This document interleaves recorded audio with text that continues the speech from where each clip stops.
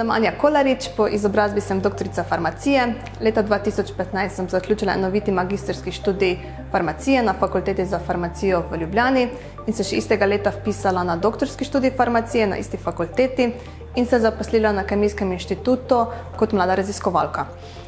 V svoji doktorski dizertaciji sem se ukvarjala predvsem z raziskovanjem in načrtovanjem novih protibakterijskih učinkovin, za kar sem prejela tudi veliko Krkino nagrado. Po zaključenem doktorskem študiju leta 2020 pa sem se zaposlila na Fakulteti za kemijo in kemijsko tehnologijo Univerze v Mariboru, kjer pa se ukvarjam predvsem z raziskovanjem in načrtovanjem novih protivirusnih učinkovin s poudarkom na učinkovinah, ki delujejo proti okužbam z virusom SARS-CoV-2. Naša raziskovalna skupina preučuje zdravila, ki preprečujejo okužbe z SARS-CoV-2 virusem in pri tem se osredotočamo na načrtovanje učinkovin, ki so vpletene v različne točke razvoja samega virusa. In tako recimo načrtujemo učinkovine, ki bi preprečile samo vezavo virusa na površino človeške celice in mu s tem onemogočile vstop v človeške celice, in pa tudi učinkovine, ki delujejo na nivoju razmnoževanja virusa. Pri čemer načrtujemo učinkovine, ki preprečujejo nastajanje proteinov, ki so pomembni za razmnoževanje, in pa tudi učinkovine, ki preprečujejo samo delovanje teh proteinov.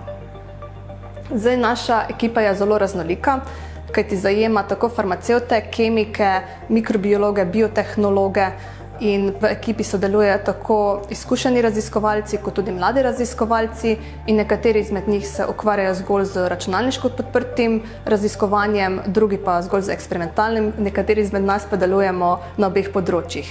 Tako da naš interdisciplinarni tim zajema tako raziskovalce, ki prispevajo različna znanja k raziskavam, in to nas dela tudi nekako bolj kakovostne.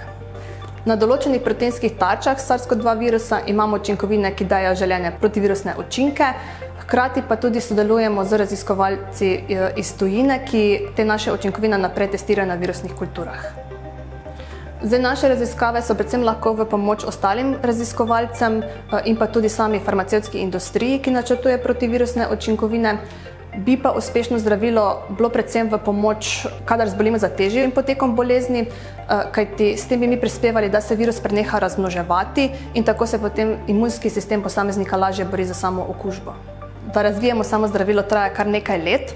Glede na to, da se mi ukvarjamo z samimi začetnimi stopnjami samega razvoja zdravila, bomo potrebovali še kar nekaj let, da pridemo do končnega produkta, in pa tudi ni nekega zagotovila, da bomo na koncu izdelali zdravilo. Vendar pa se trudimo, da bi z našimi rezultati prispevali k nastanku novih protivirusnih zdravil in pa tudi k samem razumevanju patologije virusa.